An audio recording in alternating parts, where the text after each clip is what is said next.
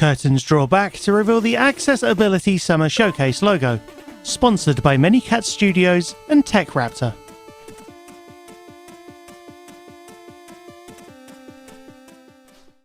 Hello, and welcome to the 2026 Accessibility Summer Showcase. Now entering its 4th year, this event is still the only video game trailer showcase fully dedicated to highlighting trailers for games that have made an effort to be accessible to a wide range of disabled players. I'm Riott Roquette, better known online as Riott Buzz.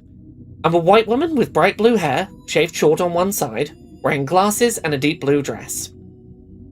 I know you're here for the video game trailers, so I'm going to try and keep this introduction brief. Over the next 45 minutes or so, you're going to see a bunch of trailers for upcoming video games. Some of them are being made by disabled game developers, and all of them are being designed to be accessible to as wide a range of disabled players as possible. We can't promise that every video game in the showcase will be playable by every person tuning in, but our aim is to make sure that if a game seems exciting, you know upfront whether or not you're going to be able to play it. Our hope is that for most of you tuning in, there will be at least a handful of games shown during the showcase that will have the correct mix of accessibility settings and features that you need to be able to play the game upon release. If you want to see most of today's games in one place, organised by accessibility support type, you can check out our Steam event page by going to bit.ly/Summer Showcase 2026. There you'll find demos for some of our games, as well as be able to wishlist any games that catch your eye. Our headline sponsors for this year's Accessibility Summer Showcase are Manycat Studios and TechRaptor. I'll have more information about both of our headline sponsors a little later in today's showcase. Until then, a huge thank you to both of them for their support.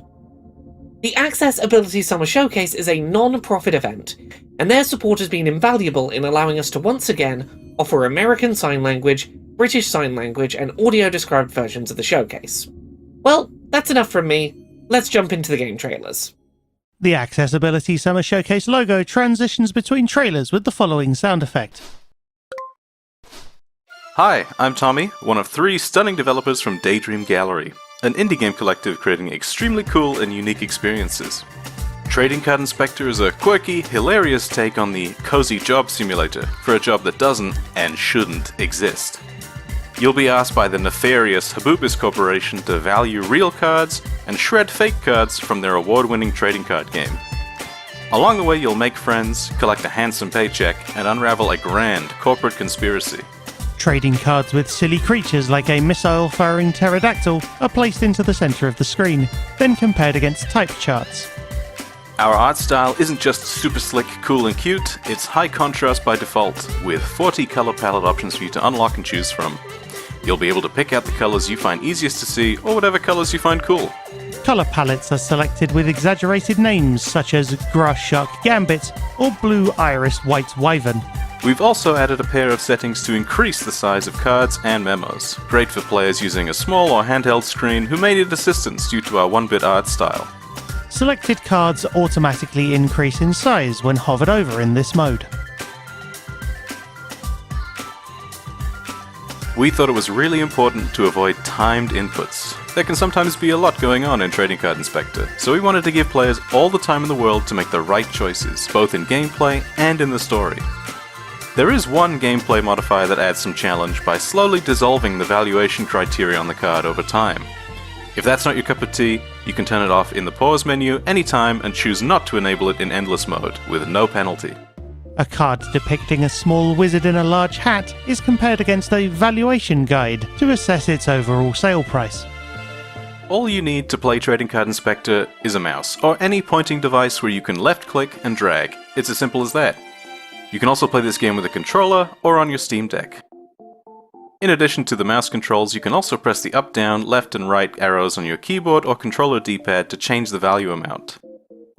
In addition to all of that, we have custom volume controls as well, and a dedicated option to remove unwanted rotation from our cards, making them easier to read. Both sides of the sword-wielding Plabo card are inspected before sale. Big thanks to Laura for putting this showcase together every year and for letting us be a part of it. We hope to see you when Trading Card Inspector launches very soon, this June. Free demo available now on Steam. A pixel art cyberpunk man is thrown out of a skyscraper window. Welcome to Torment Hexus, a game about trying to fix the world, one dead CEO at a time. You're an ex-battle mage who has decided to solve the problem of capitalism by ejecting its leaders out the nearest window. Torment Hexus mixes tactical roguelike combat and match 3 puzzling into a Magitech cyberpunk setting. Gameplay is turn-based, with no time pressure on any inputs. It can be played with a mouse, keyboard, or gamepad, and of course, input bindings can be remapped. Visual effects like scan lines and bloom can be disabled for increased visual clarity. And for people with photosensitivity, we've added an option that swaps out the most intense visual effects with more simplified and subdued versions. The most exciting thing we're trying to do with Torment Hexus is make it accessible to blind and low-sight individuals. The game exposes a running narration of events to the operating system, which can be vocalized by screen-reading software like NVDA. Tactical grid. You at F7 with 39/100 health. Tile is threatened by Ghost Alpha at F3. Deleter Alpha at D7. You can move left to E7. You can move right to G7. You cannot move up to F6. Blocked by Fountain. You can move down to F8, but Tile is threatened by Ghost Alpha at F3. Wealth Mage Alpha at B1 with 20 health. Raptor Alpha at C7 with 15 health. Deleter Alpha at D7 with 20 health. This is challenging work. The game has a lot going on, and it's difficult to present the information the player needs to know as a linear sequence of words. We're working with consultants in the accessibility community to iterate on the tech, and we hope that the final game will be one that everyone can play.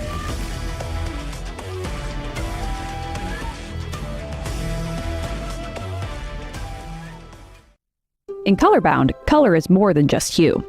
In this palette platformer, you play as Anku, an Aymara boy on a journey to reunite his late grandfather's band. Travel across the diverse landscapes of the Andes, solve unique color-based puzzles, and experience a heartwarming narrative steeped in South American culture. A panpipe pointer is used to activate colored platforms. To keep the world vibrant while accommodating colorblind players, Colorbound includes 3 alternate color schemes. The Protanopia and Deuteranopia corrected palettes may be useful to those with red-green colorblindness, while the Tradenopia corrected palette can help with blue-yellow colorblindness. The player attempts to reach paint drops by crossing colorful platforms.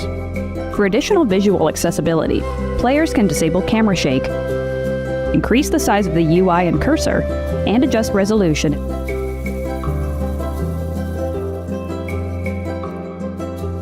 Colorbound is designed to be approachable for players with limited mobility. Though there are some puzzles that involve timed inputs, they never require button holds or rapid presses. Full input remapping is available for keyboard, mouse, and controller. All mouse inputs can be remapped to keyboard controls, so the game is playable with just a keyboard. There are also presets for one-handed controls, allowing players to comfortably play the game with left or right hand alone. The player attempts to rescue a man's lost llama. There are no time limits on puzzles or penalties for making mistakes. Most puzzles can be solved in only a few moves. If you ever get stuck, hints are available in all levels. A book allows hints to be revealed piece by piece. Panpipe Studio, with support from Whitethorn Games, has worked hard to make the game as inclusive and accessible as it can be. We hope you will enjoy playing Colorbound, releasing later this year on PC and consoles. Releasing 2026 on Nintendo, PlayStation, Xbox, and PC. Hi there, my name is Elisabeth Siversen, also known as Arevia Online, and I am a disabled gamer and accessibility consultant from Norway. I'm a pale white woman in my 30s with dark blonde hair, wearing a green jacket and a white t-shirt. The next game that is coming up is the first big Norwegian game I have had the honor to be an accessibility consultant for.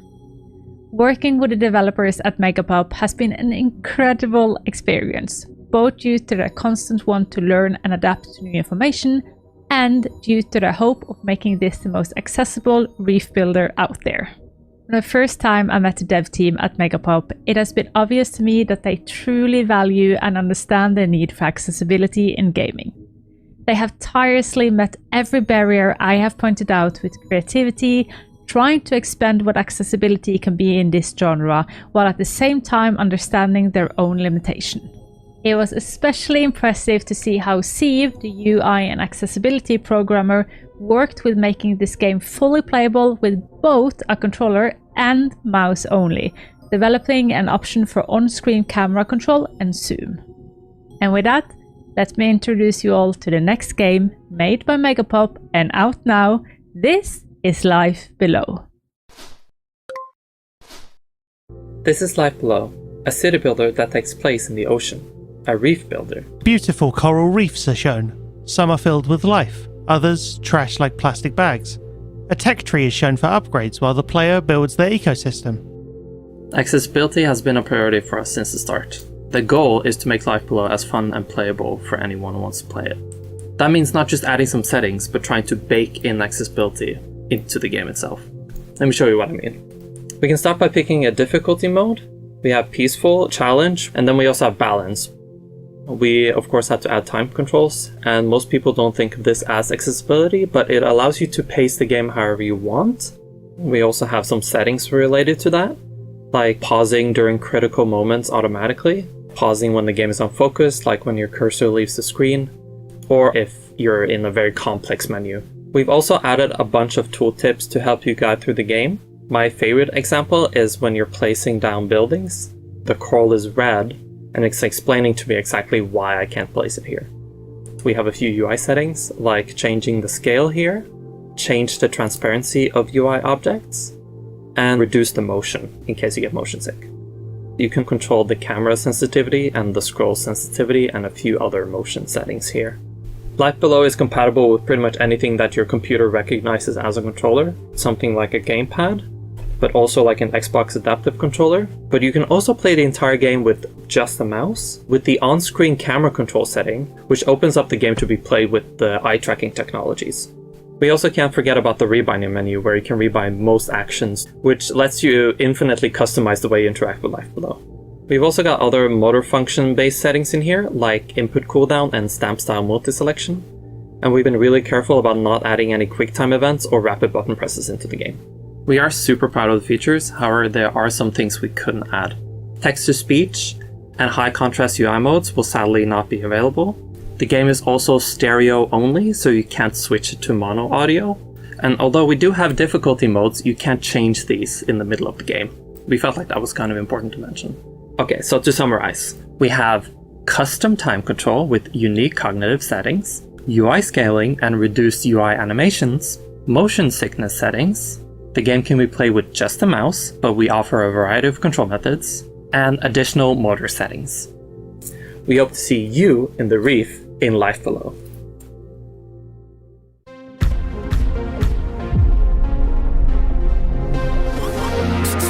Enough wasting time. Let's get to work. Hello, I'm Fabrice Breton, a French developer. You might know my previous game, Brock the Investigator, an adventure game mixed with beat 'em up, which has full accessibility to blind players. This is our new project, Circus Strays, made in collaboration with Cypher, an American friend, artist and writer. In this game, taking place in the same dystopian universe, we are exploring a group of rat characters named Squealers in a visual novel focused on survival, where you make choices that matter with multiple endings. Celsius Stray's characters are large, burly biker rats in a modern metropolitan city. The game has full voice acting, and the accessibility offers narrated menus, large fonts, hotspots with arrow keys and more. I'll add audio descriptions for the release. A demo is available on Steam, GOG and itch.io, and I invite you to wishlist Social Strays on Steam. It's worse than I expected. What? Time's up. There's nowhere left to run to now, Chief.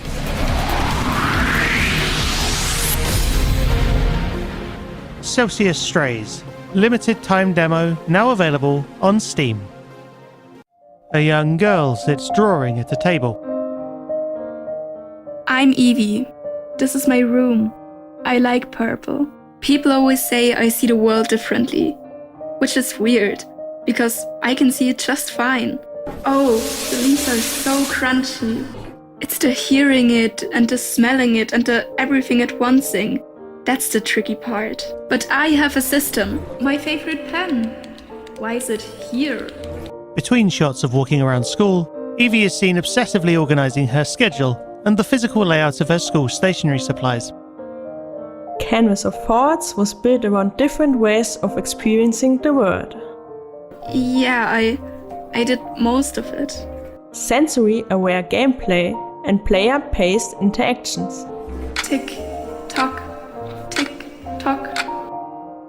Customizable accessibility settings, including colorblind support, and adjustable dialogue pacing. A safe space to slow down, stim, and recover. Created alongside neurodiverse community feedback. I should not open that. Evie is seen shaking her hands back and forth in an attempt to emotionally self-soothe, known as stimming. I liked some parts. I know that. You can focus really well sometimes. Ich verstehe Liebe nicht. Canvas of Thoughts is fully voice acted in both English and German. Hey, why do you always draw by yourself? Because it's quieter. Canvas of Thoughts. Play the demo now. Funded by Vienna Business Agency and City of Vienna. Wishlist Canvas of Thoughts on Steam. Hello again. I hope you're enjoying the showcase so far.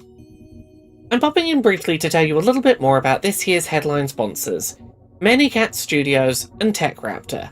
Manycat Studios is a disabled-led accessibility consultancy, supporting game studios in building inclusive and accessible experiences from concept to release. As a disabled-led team, Manycat Studios partners with the games industry to create more accessible games, ensuring that players of all abilities can participate in their love of gaming. The studio operates with authenticity and a commitment to a healthy, sustainable remote work culture. TechRaptor.net is a games media website, founded back in 2013, that publishes high-quality news, reviews, opinions, features, and guides for both video games and tabletop games. As someone who has been a staff writer, freelancer, and editor at a number of major games media websites over the last decade, I can vouch for the quality of writing and reporting over on TechRaptor. They have a firm anti-AI stance, and put a portion of their profits each year towards supporting great causes. You can find their coverage at techraptor.net. I imagine by the time you're seeing this, there'll already be a great write-up of the 2026 Accessibility Summer Showcase live on their website. Thanks again to both Manycat Studios and TechRaptor for their support of this year's showcase. Their support has made our accessible adapted showcase variants possible. Anyway, time to get back to the game trailers. A CRT TV turns on with static. A game appears with a pixel art hiker traversing a side-scrolling stage. He's struggling to make basic jumps due to an awkward control scheme. Hi, I'm Yamako, a solo indie game developer, and I make games under the name /badgames.zip. This is my first project, released last October, called An Unplayable Game. It's a short puzzle platformer that's about accessibility settings in video games, with half an hour of developer commentary that's unlocked when you reach the end. The player, using a single mouse pointer, struggles to click both jump and a direction at once.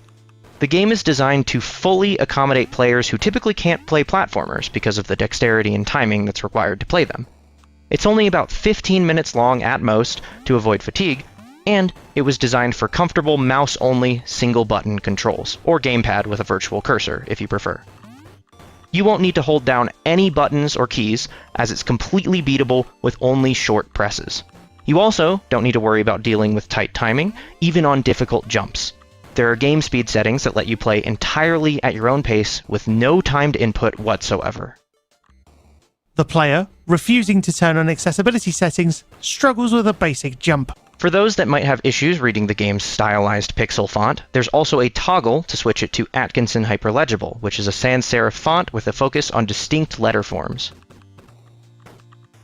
As a final note, the main menu does include an ongoing static noise, but for those who are bothered by those repetitive noises, there's a prompt to mute that sound effect completely before you even reach the main menu for the first time. So, if you don't want to hear it, you never have to. The player continues the impossible task of trying to click two inputs at once with a single mouse. An Unplayable Game was a huge passion project for me, and I truly hope you enjoy it. So far, it's been nominated for 3 awards, and even won an award for Most Innovative Game at a local indie game showcase event. It also has a 94% very positive review score on Steam, and it's free, downloadable on Steam or playable in browser on itch.io. Thank you for your time and for your interest in an Unplayable Game. Now, please enjoy the rest of the showcase. The player still continues not to use accessibility settings, remaining stuck on a single jump. Highway Noir is a stylized arcade driving game that drops you into car chases straight out of an action movie. You will weave through traffic as you escape police, take down enemies, and race against the clock, all in stark black and white with flashes of colour. When you land in the main menu of Highway Noir, you can jump into Instaplay mode with a single click. Optional customization of features like objective, number of police, and traffic density are available. For the campaign, a story so far recap is offered, but no spoilers here. Moving on. Story missions include voice dialogue to drive the plot and feed you objectives. The volume of dialogue, music, and sound effects can all be adjusted separately, and subtitles are on by default. Tone tags can be enabled that flag up if a character is angry or being sarcastic, for example. While driving through a city, a conversation takes place between a shadowy hooded figure and a woman in a smart business suit. Minimalist white text on black fits the neo-noir aesthetic, but it can be tweaked for visibility. There is an option to simply increase the size of all UI elements on screen, as well as a toggle to black text on white. The player's white car dodges and weaves between yellow enemy racers on a busy street. For gameplay itself, Vision Assist will emphasise obstacles and gameplay elements. Objectives, threats, and rivals are always colour-coded, so you know what you're dealing with. The colour codes can be customised for a palette with colour blindness-friendly options. Police cars, highlighted in pink, can be crashed into and run off of the road mid-street car chase.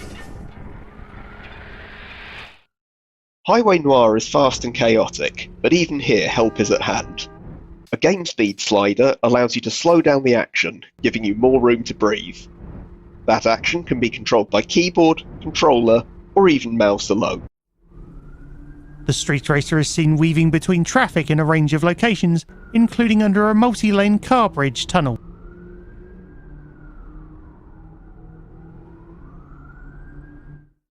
All of these settings can be used independently to give you maximum control over your experience. Make the road your battleground and take down the conspiracy in whatever way works for you. Highway Noir is out now and available on Steam. In Jig Rift, the world is a giant jigsaw puzzle. Play as Bert, a castaway on a mythical island that is broken into many pieces. Connect puzzle pieces to explore new paths, discover hidden items, and reassemble the scattered world. Just like life on the tropical island you washed ashore on, the game moves at a relaxed, stress-free pace. Complete puzzles and platforming sections without any time limits or punishments for failure. There are no quick time events, long button holds, or rapid presses. As you reassemble Jig Rift Island, you'll meet the three-eyed frogs who call it home. If you ever get stuck on a puzzle, some of them might be able to give you a hint. Progress dialogue at your own speed and repeat conversations as often as you need. For example, you can replay the tutorial by talking to Henriette in her house on the starting island. An older female frog says, "Not Rebinding so easy, is available for it?" keyboard and controller inputs. You can separately invert controls for camera movement, zoom, and puzzle piece movement. There are a few options to help with visual accessibility. Choose between 4 cursor sizes: small, default, large, and extra large. Swap between light or dark mode for text boxes. Increase the field of view to see more of the world, or decrease it to reduce distractions in your periphery. The teams at Empty Castle and Whitethorn Games are so excited to share Jig Rift with you. Look forward to the release later this year on PC and consoles.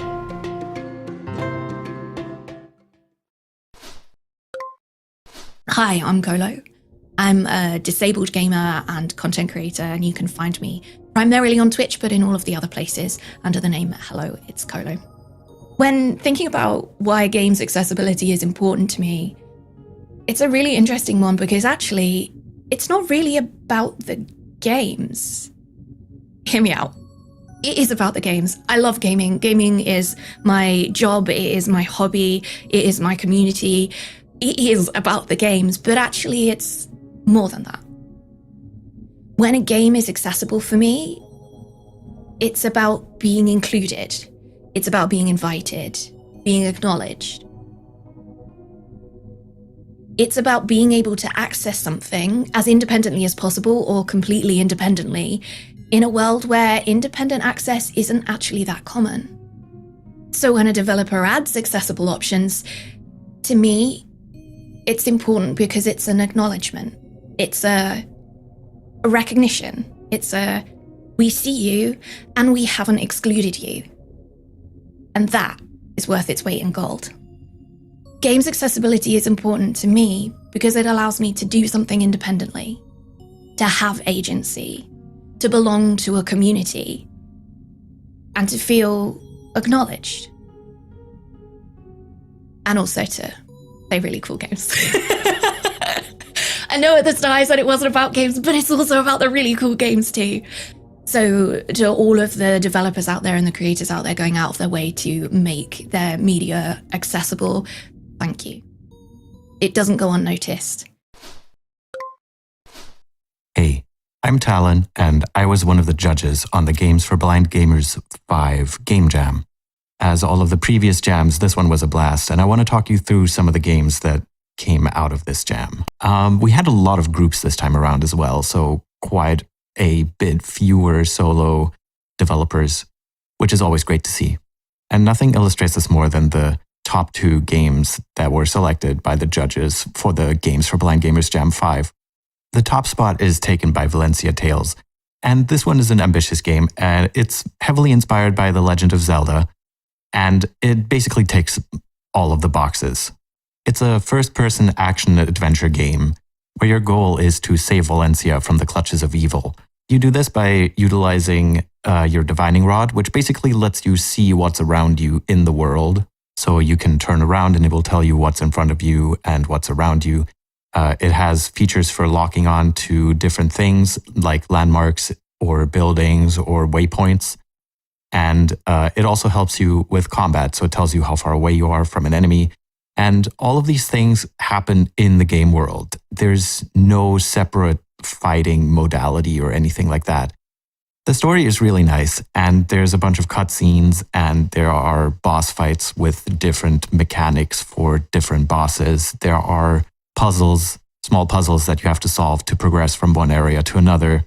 And for a game made in such a short time, there's a surprising amount of variety in there, together with the music and the area descriptions and all of the dialogue. And it was a very enjoyable experience, and I was definitely surprised to play it as a game made for the Games for Blind Gamers Jam.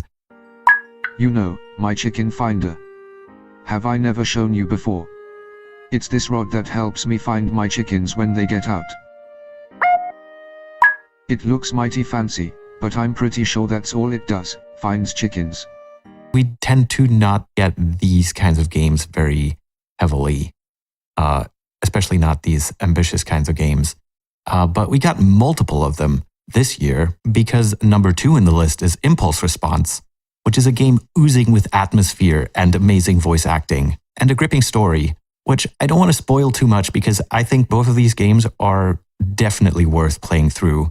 It's a first-person puzzle game, I would say. There's a number of puzzles which get progressively more difficult as you play through the game. And with each one you complete, you unlock more of the story, which is basically told by your characters as you progress through the game. You uncover clues as you go. It's a horror-themed game, so the music and the voice acting and all of the sound effects match that atmosphere perfectly. And this one has a special mechanic where the acoustics of the room are actually modeled in code. So you hear the reverb where the room opens up. You have a mechanic where you can basically clap or like tap your foot, and it will play a click sound, which will then echo through the room and tell you where you can go and where you cannot. Yellow alert.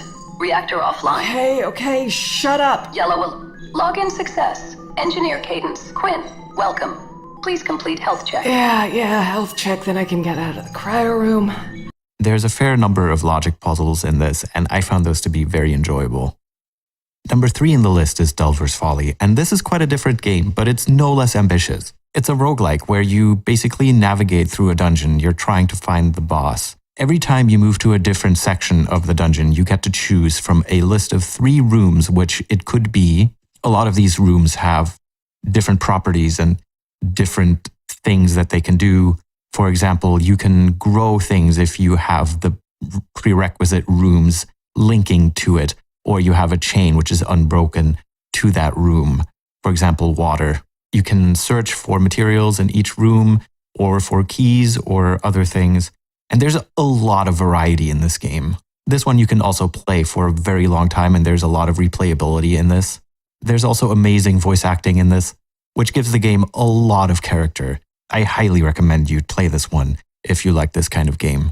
Number 4 is a game made by one of our regulars, Shift Backtick. In Omega Reach, you explore the universe. You are the curator of a conservatory, and you're tasked with finding instruments and interesting facts about planets and their surrounding space. There's a ton of content here, and you can play each of those instruments. And maybe it also has a dungeon of its own to explore.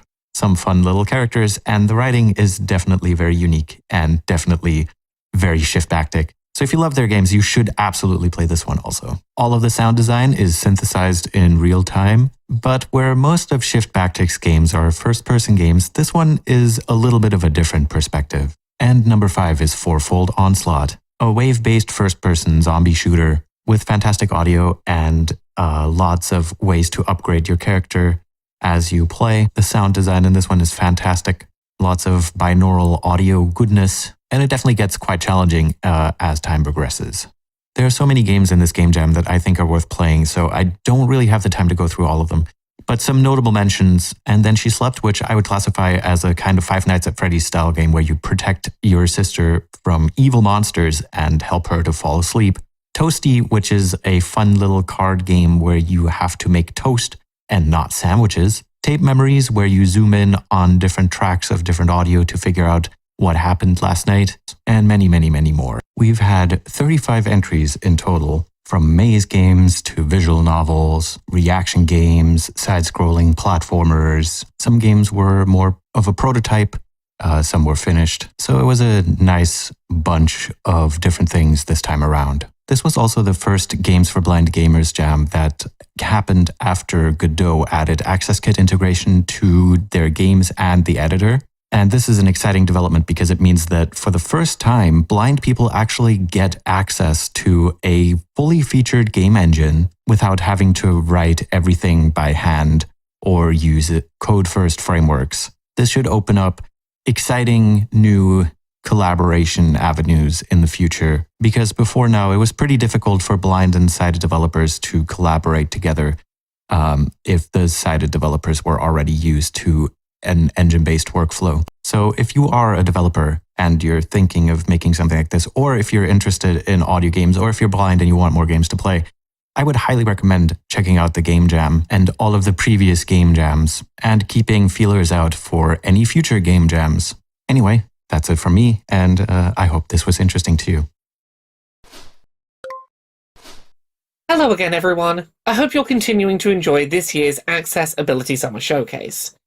I'm just popping in quickly to let you know that art asset production for the showcase this year is sponsored by Riott Roquette, a queer art punk collective that blends elements of psychopop and circus dance in their live performances. Here's a brief snippet of one of their songs, Circadian Rhythm. Now, ladies and gentlemen, gorgeous dolls, grotesqueries, we welcome you to a lovely evening with Riott Roquette. Feast your eyes on wonderful sights you'll see tonight. Bang, bang, can't shoot me down. Bang, bang, here comes another round. Bang, bang, can't shoot me down. Bang, bang, here comes another round. The carousel it leaps and bounds, and here comes the clown. What you waiting for? Their debut album, Idiot Savant Garde, is out now. You can find a link to it down in the video description. Hello everyone, we are the Ludenio team, and this is us in the game we're currently developing. It's called Super Weird. In this game, you and your friends, or all by yourself, control little robots. Pill-shaped robots wearing beanie hats are produced by a rusty machine. And you have an infinite number of them, but they are of very poor quality. Many of the robots fall apart with no visible damage dealt to them. They can walk, mine, carry stuff, craft various things, and fight. We are able to improve them, and we can program them, but the robots are of such poor quality that they don't even remember their own program and only execute the single command they encounter. Physical signposts, when touched, change each robot's direction and behavior. For example, to mine, or to carry wood, or to use various items we've made for them. And this is how we build our massive automated system in a fragmented world. Small robots' heads are shown moving across a zoomed-out map. We're rebuilding it piece by piece, and these pieces are locations where we can discover new resources, advanced technologies, and even fresh sources of robots. In the end, our system can help us defeat the main mega robot. That's why our system needs to be reliable and efficient. Robots with swords attack a large monster robot. We want the world of Super Weird to be open to everyone, and to make it happen, we're focusing on these accessibility options. The interface is easy to adjust. You can increase menu contrast, or choose a color profile that best fits your vision. To help you stay focused, the cursor and tooltips can be scaled up, so important details are always in clear view. Neutral speech synthesis is available for interface and dialogues. Upgrade yourself. Let's show those tin cans they're not any better than living beings. You're free to choose the most comfortable look for your hero. Every color scheme is designed to be easily readable in-game. Controls are fully remappable, and instead of holding down buttons, you can simply set your direction with a single click. Everyone is welcome in the world of Super Weird. Let's build it together. Hey everyone, I'm super excited to tell you a bit about Hurdles, our Spyro and Zelda-inspired adventure game where you play as a magical dog. We are a small team of 3 people at the core, and the hero of our game is actually inspired by my real-life companion. From the start, we wanted accessibility to be part of our design philosophy, instead of something we only think about at the end. A fluffy and athletic black and white dog jumps across floating stone platforms and bridges, collecting glowing purple crystal fragments, before dashing through a grassy field. One conscious choice we made was to keep the controls consistent throughout the game. You do not level up or unlock new powers. Instead, you rescue magical creatures called Hurdles, and they give you contextual abilities while keeping the control scheme the same. They let you bounce, glide, break walls, swim up waterfalls, and more. New Hurdles open up additional paths through our world, and they allow for all sorts of emergent gameplay. There are always multiple ways to progress, so where you go and what you choose to do is completely up to you. We also have puzzles in our game, but if a puzzle does not work for you, we do not want that to be a barrier. You can get hints, disengage easily, or use options including auto-solving the puzzle. Square tiles float in a purple void. When rearranged, they create a blue path across the void to the exit. There is no combat or death in Hurdles. So if you miss a jump and fall down, you do not just respawn at the top and have to try again. Instead, you continue on your way and you might even discover something new. Something you might have missed if you had made the jump. Speaking of jumping, we added options like platform snapping and ledge guard. For some players, these can make platforming less frustrating, and for blind and low vision players, options like these can be essential to making the game playable at all. We already have a lot of accessibility features in the game. Things like a high contrast mode that lets you define the colors, but also sliders for brightness, contrast and saturation. Options that let you play one-handed, or give you more control over character mechanics like changing how jumping or running works. Other options help with different types of motion sickness. We generally try to provide as many ways as we can to let you customize the experience to your needs. One of our favorite features is that everything that is a toggle in the options menu can be mapped to a button. So for example, if you only need high contrast in certain situations, you can bind it to a button. Then you just turn it on when you need it, do the thing, and turn it off again afterwards. We want accessibility to be accessible during play, not hidden away in menus. Starting today, we are running a closed playtest with a focus on accessibility and would really appreciate your feedback. You can sign up now at playhurdles.com. The website also has a list of all current accessibility options available in the game. If Hurdles seems interesting to you, please consider wishlisting and joining our community. Frame of Mind, A Game of Thoughts, plays with inclusion, representation and accessibility. It's made by me, a disabled developer, to share some experiences and insights. You can expect easy controls, light mechanics and heavy topics. In this first-person adventure, you're exploring a house. The player stops to examine a crafted skull covered in intricate patterns. Frame of Mind has you discover a totally typical girl through finding mementos, listening to memories and making decisions that don't really have good answers. If that sounds difficult, maybe you can relate to her struggle, and perhaps even benefit from one of the aids you can find as you go through her room. On a corkboard, the player combines partial thoughts to come up with ideas. I don't want to take that challenge away from you, but I do want you to make informed decisions about your own mental health. The premises and topics of the game are described in detail, so you can read up on what to expect. Content notes will give you a heads up about sensitive issues for each memento that you can find, and if you don't want to listen to the emotional retrospectives, you can choose to mute the voiceover or even skip as many of the memories as you want. A story describes frustration with a parent, feeling like eating is getting in the way of drama practice. But it's still a game to struggle with your feelings and not a game to struggle against my controls. So by design, it's very accessible for players with motor disabilities. It's a walking simulator with no complex inputs required.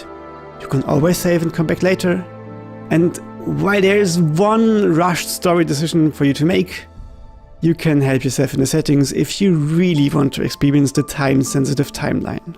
The player stands in a train station, explores a station map, then boards an empty train by themselves. In terms of sensory accessibility, I ensure legibility through good fonts, good contrast and proper scaling by default. If you need more control, you can adjust audio levels, reduce motion overall, reduce gesture head bobbing, apply high frequency filters. And if my selection of legible fonts doesn't meet your needs, you can just use one from your system configuration instead. The game's developer showcases visually the accessibility settings options previously verbally discussed. Sadly, some of my original plans, especially full screen reader support, a simplified control scheme and closed captions, did not yet work out.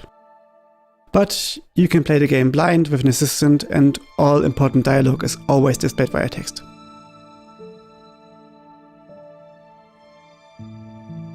An extensive list of supported features, planned features and known issues is linked on our store page.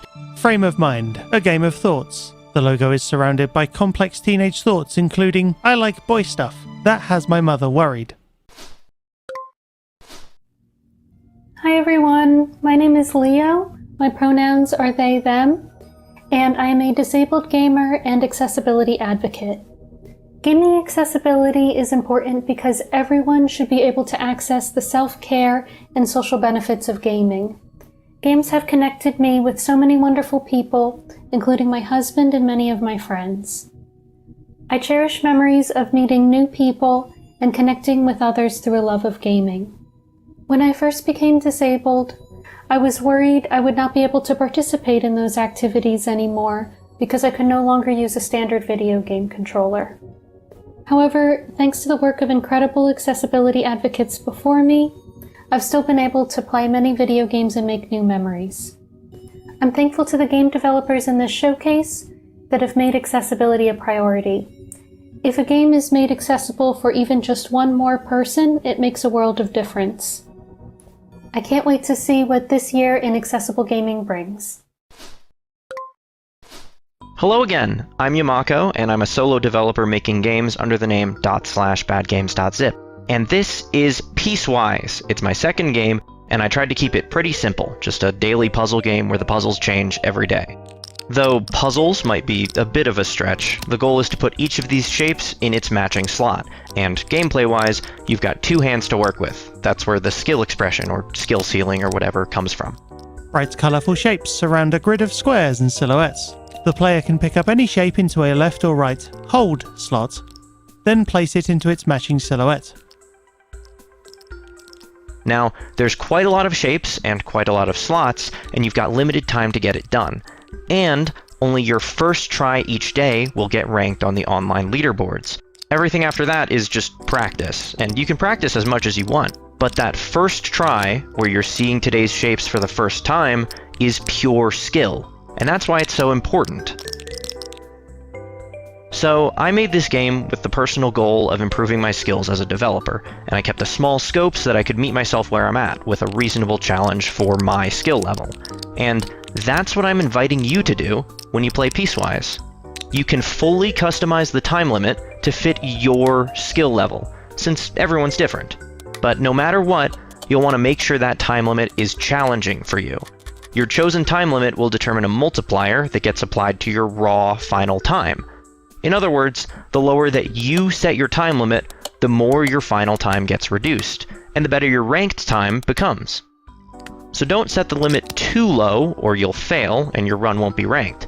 But don't set it too high either, as too much of a safety net means that your multiplier will be worse.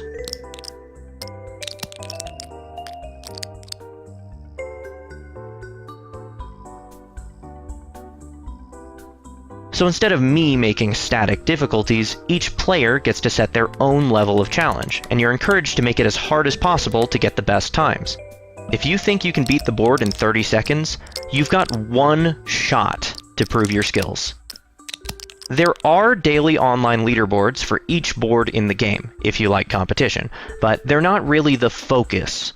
There's a full records browser for you to track your own personal skill improvement, and in the full version of the game, I'll be adding bonus modes for even more offline content. Modes include lookalikes, rounds, sharps, everything, 6x6, and marathon mode. And finally, let's talk accessibility to round things out. Aside from the flexible difficulty, the game's colors are calculated to always guarantee high contrast, even though the colors change daily. On the topic of visuals, you're also able to turn off the floating shapes in the background in case that constant movement back there causes any kind of motion sickness. It'll instead be replaced with a static, solid color background. There's also an alternate toggle-based control scheme for players who might have trouble holding down the buttons, and, of course, an alternate font if you don't like the pixel text. And there's full controller support, alongside a mouse-only control scheme that supports one-handed play. It's a simple game, but I'm really proud of it. I had a great time making it, and I hope you like it. The demo is out now on Steam, with an itch.io web build coming soon, and the full game releasing soon after that. For updates and news, you can find badgames.zip on Patreon to get important info sent straight to your email for free. And I think that's it. Thank you so much for watching my trailer. This took way too long to make, but I hope I explained everything well enough and made it understandable. I hope you liked the trailer, and I hope you thought my game looked fun. So, thanks for watching again, and take care. Gather your allies, eliminate angels, transform into a magical girl, slay God. In Kernel Hearts, fight your way through angel-infested domains alone or in a team of up to 4 players.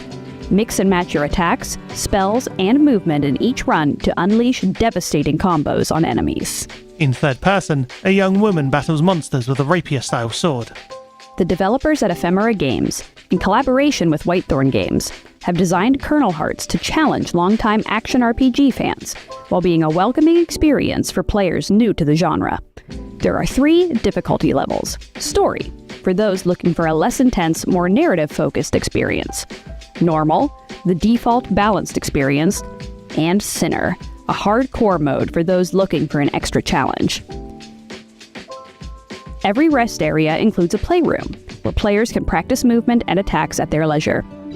To make inputs easier to remember, there is an option to keep a list of controls visible on the left side of the screen at all times. The player character jumps, flips, and dashes through the air while performing melee combos. Full remapping is available for keyboard and controller. Players can separately adjust the sensitivity of the left and right analog sticks, invert their X and Y axes, and enable or disable vibrations. There are a variety of options for visual comfort. Toggle motion blur, bloom, and screen shake effects to reduce eye strain while traversing the overworld. Text boxes are high contrast with white text on dark gray backgrounds. In multiplayer, each player can advance dialogue at their own pace, and combat won't begin until all players are ready. The player dashes across a desert, collecting colourful flame pickups. Check out the public demo available now, and please look forward to the full release of Kernel Hearts this fall on Steam, the Epic Games Store, the Microsoft Store, PlayStation 5, Xbox Series S and X, and Nintendo Switch 2. Fishbowl is a slow and tender narrative game about dreams, grief, and hope. Rediscover your memories and find your way into the present in this intimate experience where slice of life meets surreal. In Fishbowl, 21-year-old Alo gets her first job in a new city and lives by herself while grieving her grandma's death. A young woman with purple hair explores her apartment, doing household chores. A mechanical wind-up goldfish sits in a bowl nearby. Her emotional state is shown via a meter on screen, with positivity or depression determining the activities she feels able to engage in. She takes part in video calls with her friends and family, as well as having flashbacks to her childhood. Many of these memories centre around her grandmother.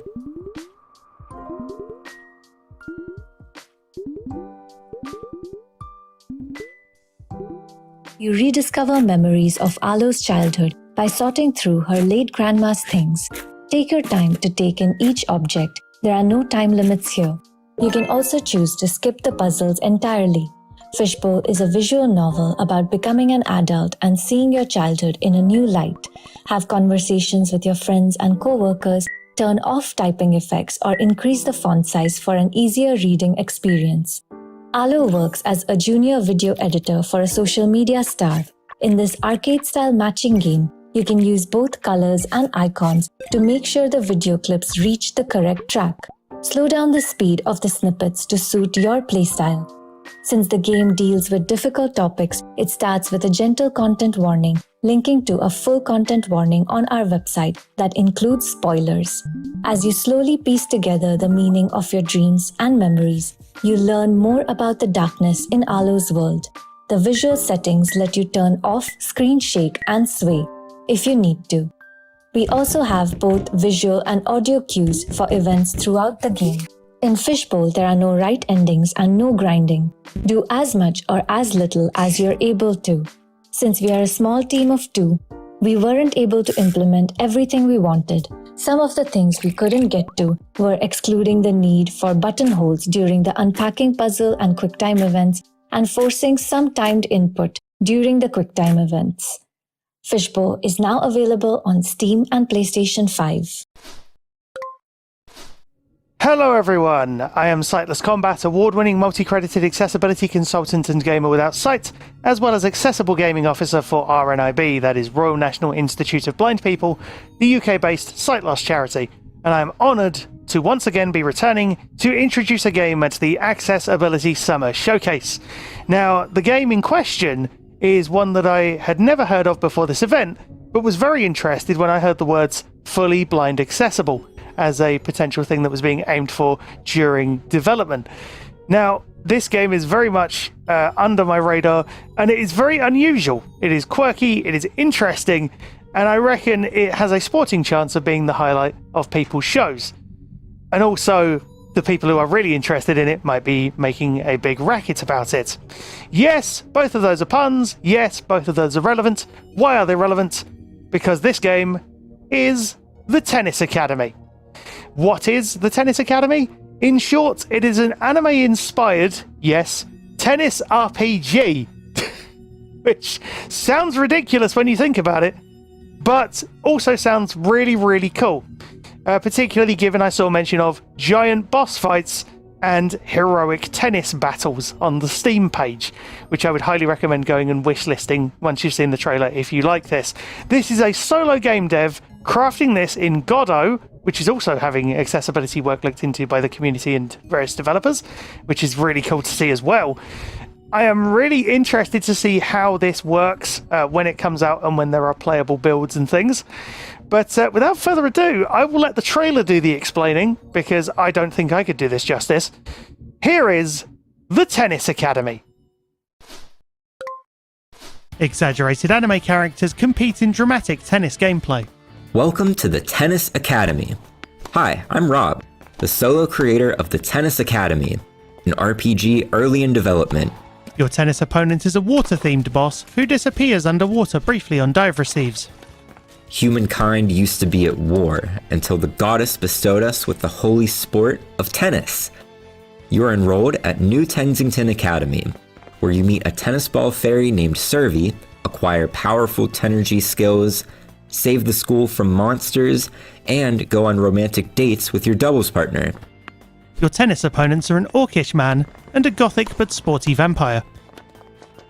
My goal is to make the game completely blind accessible, meaning a blind player can play the entire game without needing a sighted player for help, and have just as much fun playing as well. If I, as a solo developer, can do this, then AAA has no excuse.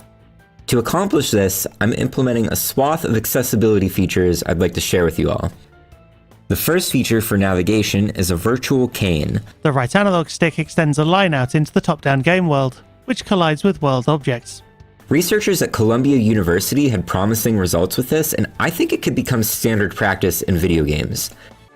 Use the right stick to send out your cane, and the text-to-speech will tell you whatever it hits. Street lamp, tree. For quick and easy navigation, there's also a nav menu that can warp you to important NPCs and exits. Street, gym, outside. I'm also including audio descriptions for every environment. In any location, you can call Servi and ask her to describe the location in vivid detail as if your DM was describing a place in a D&D session. Through the vaguely tennis ball-shaped window. Your computer desk suggests someone who's chronically online. While the unkempt wardrobe is adorned with plants and a high school trophy. The bed, while messy, looks cozy with its big orange comforter. By the way, did you know that there are blind tennis leagues in real life? Matches in the game will take inspiration from this with sound-adapted tennis balls and the option to auto-run to the ball. If you want to support your local queer indie game dev making a blind accessible game, you can help me out by hitting the wishlist ball on Steam and keeping up with updates there or on my Blue Sky. Thanks for watching.